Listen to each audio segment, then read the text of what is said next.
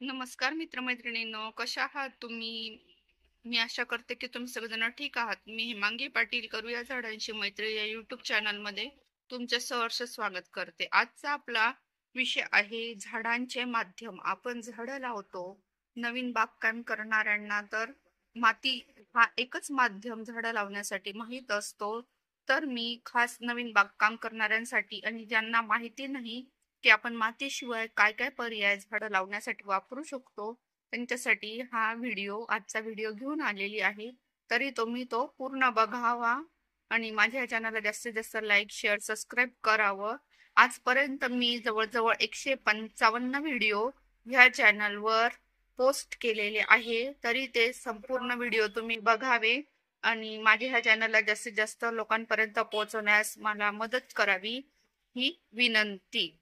चला तर मग आपण आज वेगवेगळ्या माध्यमांबरोबर ओळख करून घेऊ. त्यांच्या बरोबर आपल्याला माहित पडेल की कोणतं माध्यम आपण आपल्या झाडांसाठी वापरू शकतो, जेणेकरून आपले झाड खूप छान वाढतील, त्यांची वाढ नीट होईल. त्यांच्यासाठी काय उपयोगी आहे ते आपण माहित करून घेऊ. आपण झाडे वेगवेगळ्या माध्यमातून लावू शकतो. माती, कोकोपीट, पालापाचोळा, घरातील भाज्यांचे अवशेष इत्यादी आपण जास्त करून झाडे मातीतच लावतो. आपल्याला जर मातीची निवड करण्याची संधी असेल तर माती कशी निवडावी की जी पाण्याचा निचरा चांगल्या प्रकारे करते, अशी माती तपासण्याची सोपी पद्धत आहे. माती कशी तपासायची ते सांगते. पहिलं, ओल्या मातीचा घट्ट दाबून लाडू सारखा आकार करावा व जमिनीवर सोडावा. जर लाडू जमिनीवर पडून फुटला तर माती पाण्याचा निचरा चांगल्या प्रकारे करणारी आहे आणि लाडू जर नुसता चेपला गेला तर त्यात चिकण मातीचे प्रमाण जास्त आहे असे आपण समजावे. दुसरी पद्धत, ओल्या मातीचा रिबीन सारखी पट्टी करावी. जर पट्टी तयार झाली व ती अखंड राहिली तर मातीचा निचरा होण्याची क्षमता कमी आहे.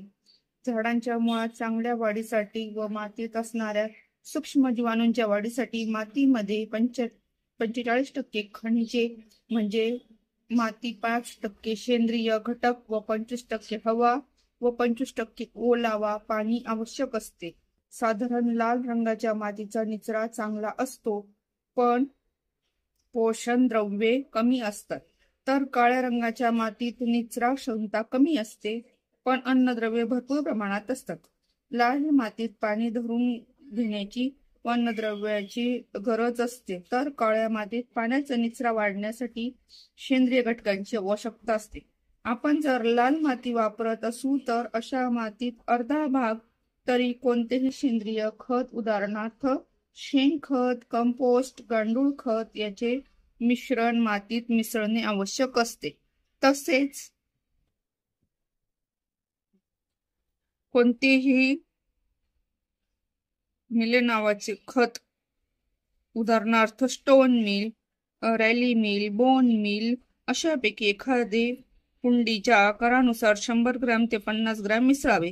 हे मिल म्हणजे प्राणीजन्य खत असते किंवा एखादी पेंडी, कडुनिंबाची पेंड, करंज, एरंडाची पेंड यापैकी कोणतेही पेंड 250 ग्रॅम मातीत मिसळावे. अशा प्रकारे आपण मातीची पाणी धरून ठेवण्याची क्षमता व अन्नद्रव्याची व्यवस्था पूर्ण करू शकतो. म्हणजे जर आपली माती पाणी धरून ठेवत नसेल तर आपण हे वर सांगितलेले उपाय करू आणि आपले अन्नद्रव्य वाढवण्यासाठी आपण हे खत टाकू. जर काळी माती वापरणार असू तर त्यात अन्नद्रव्याचे प्रमाण असते पण पाण्याचा निचरा होण्याची त्यात वाळू, लाकडाचा भुसा, भाताचे तूस, राख यापैकी मिळवले तर मातीत पाव भाग मिळवावे. त्यामुळे माती कणात मोकळी राहते व पाण्यातून निचरा चांगल्या प्रकारे होऊ शकतो. कुंडीतील माती भरताना तिच्या तळाशी विटांचा बारीक तुकडे टाकावे. ते पाण्याचा निचरा करतात, ओलावा धरून ठेवतात. अधिक महत्वाचे म्हणजे तळातील भोकातून हवा आत येण्यासाठी विटांच्या तुकड्यांचा उपयोग होतो. त्यावर झाडाच्या सुकलेल्या काड्या, नारळाच्या शेंड्या घालाव्यात व मग त्यावर आपण तयार केलेले मातीचे मिश्रण करावे. आता हे झालं मातीविषयी. आता दुसरं माध्यम आहे आपलं कोकोपीट. त्याच्याविषयी आपण जाणून घेऊया.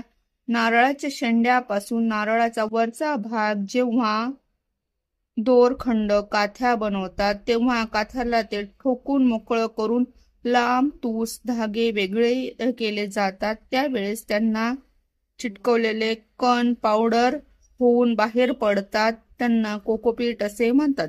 कोकोपीट मध्ये झाडे लावल्यास झाडांना मुळांची वाढ चांगली होते, त्यात योग्य हवा मिळते, त्याचबरोबर जास्तीत जास्त पाण्याचा निचरा होऊन योग्य ओलावा टिकून राहतो. हे होते म्हणून सुरुवातीला अन्नद्रव्याचा पुरवठा करावा लागतो. हे कोकोपीट आधी केंद्रात याच्या तयार बॉल्स विकत मिळतात. या विटा घरी आणून फोडून पाण्यात भिजत घातल्यास त्याचे कण सुट्टे होतात व त्याचे आकारमान वाढते. जास्तीत जास्त पाणी काढून टाकावे व त्याचा जमिनीवर ढीग करावा व थोड्या वेळाने त्याच्या वजनाचा 10 ग्रॅम भाग कोणतेही शेणखत, जोर खत, रेली मिली, बोन मिल घालावे किंवा 25% गांडूळ खत त्यात मिसळावे व हे मिश्रण कुंडीत भरून झाडे लावावीत. हे कोकोपीट असेल तर हे उपाय करायचे. तर मग आजचा हा व्हिडिओ तुम्हाला कसा वाटला हे मला कमेंट करून जरूर कळवा. माझ्या चॅनलला जास्तीत जास्त लाईक, शेअर, सबस्क्राईब करा. जास्तीत जास्त बागप्रेमी मित्रमैत्रिणींबरोबर पोचायला मदत करा. थँक्यू फॉर वॉचिंग आणि हॅपी गार्डनिंग.